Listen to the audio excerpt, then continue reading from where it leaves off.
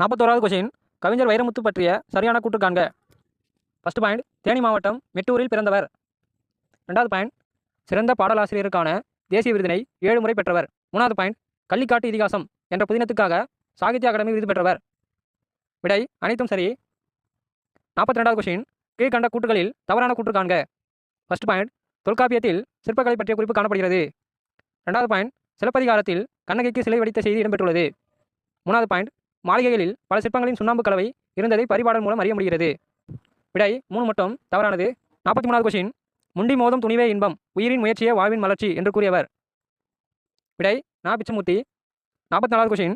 இந்திய தேசிய இராணுவத்தின் இதயமும் ஆத்மாவும் தமிழர்கள்தான் என்று கூறியவர். விடை திலான். 45வது கொஷின். பொறுத்துக.